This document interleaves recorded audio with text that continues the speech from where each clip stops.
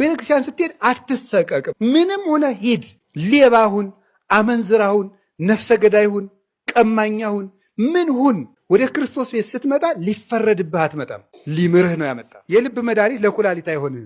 ለኩላሊት የሚሆነው ለጨጓራ ይታዘዛል። ለሌላ መሆኑ ቀርቶ ሳይድ ኢፌክቱ በቀረልን። የእግዚአብሔር ቃል ግን ለሁሉም በሽታ የምናዘው አንድ መድኃኒት ነው። መድኃኒቱ አንድ ነው፣ ለሁሉም በሽታ ይታዘዛል። አንድ ሰው የእግዚአብሔር ስለሆነ ጤና ያገኛል ማለት አንችልም። የእግዚአብሔር ባለመሆኑ ጤና ያጣል ማለትም አንችልም። ታማችሁ ጸበል ተጠምቃችሁ ስላልዳናችሁ እግዚአብሔር ትቷችሁ አይደለም። ስለዳንም ከሰው ለይቶ እግዚአብሔር ስለወደደን አይደለም። መከራ ትዕግስት ያስተምራል፣ ትዕግስትም ተስፋን ያስተምራል፣ ተስፋ ደግሞ አያሳፍርም ይላል። ቤተ ክርስቲያን የመሄድ የመጀመሪያው መስፈርት ምን እንደሆነ ታውቃላችሁ? ምህረት ማድረግ ነው። ምህረት የሌላቸው ሰዎች ምህረት አያገኙ። ቤተ ክርስቲያን ስትሄዱ ማንንም የሚከስል ሌና ሊኖረን አይገባም። ምህረት ሳይኖረን እግዚኦ ማረነ ማለት ምርት ሳይኖርህ ማረኝ ትላለህ። አትምርም። ቢያንስ ተው ይተውላችኋል፣ ይቅር በሉ ይቅር ይላችኋል። ወንዶች በሽታቸው ምንድን ነው? ዝሙት። ሴትን ባዩ ቁጥር በዝሙት መነደፍ ማለት። ሴቶች የእነሱ በሽታቸው ምንድን ነው? ትውዝፍት፣ ጌጥ ማብዛት ማለት። የካህናት በሽታቸው ምንድን ነው? ትዕቢት ነው። አይምሯችን ረቂቅ፣ እግዚአብሔርን የሚያሰላስል፣ ስለ እግዚአብሔር የሚያስል፣ ስለ እግዚአብሔር የሚናገር፣ ስልጣናችን ምጡቅ፣ ተወዳዳሪ የሌለው ማለት ነው። ባላንጣ የማይነሳበት። እኛ ያሰርነውን መንግስት አይፈታው ይላል። እንዲህ ያሉ ይታበያሉ። የመነኮሳት በሽታቸው ደግሞ ምንድነው? ስስት ነው።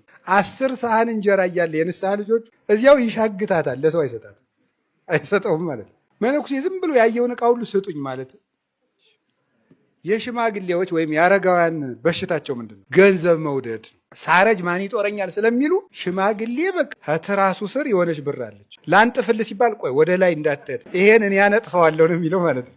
ይሄ 5ቱ ምናችን ነው? በሽታችን ነው። ሁሉም አይነት በሽታ ከቤተ ክርስቲያን በታች ነው። ቤተ ክርስቲያንን የሚያሸንፋት ኃጢአት የለም።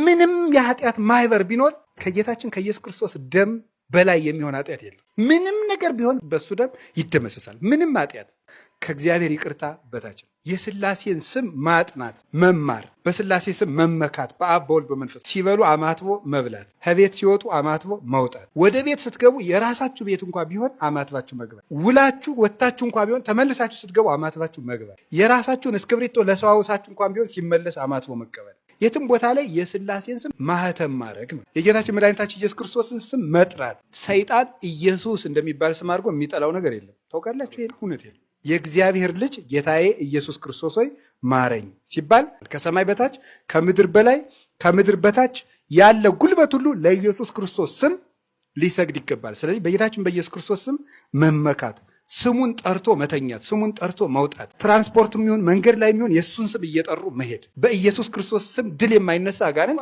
የለም። እስቲ እግዚአብሔር ያሳያችሁ። ራሳችሁን ለመለወጥ ስንት ዓመት ለፍታችኋል? ደጋግሞ የሚጥለንን ኃጢአት ለመላቀቅ ስንት ዓመት ነው የደከማችሁ? 7 ዓመት ጣርኩኝ፣ አንድ ኃጢአት ግን ሊለቀኝ አልቻለም አትበል። አምና ባይሳካ ዘንድሮም ጣር፣ ዘንድሮም ባይሳካ ከርሞም ጣር። 38 ዓመትም 40 ዓመትም 50 ዓመትም ሊያደክምህ ይችላል። ህይወትን ሙሉ ለህይወት ይጣርለታል። ደግሞ ጌታችን ኢየሱስ ክርስቶስ እንራመድ እንጂ ከቤተ ክርስቲያን ብቻ እንውጣ እንጂ አንድ ቀን ይመጣና ልጄ ተነስ ማለቱ አይቀርም። እድገት ነው ክርስትና፣ እድገት ነው እንጂ አንድ ጊዜ የተወሰነ ወይም እድል አይደለም።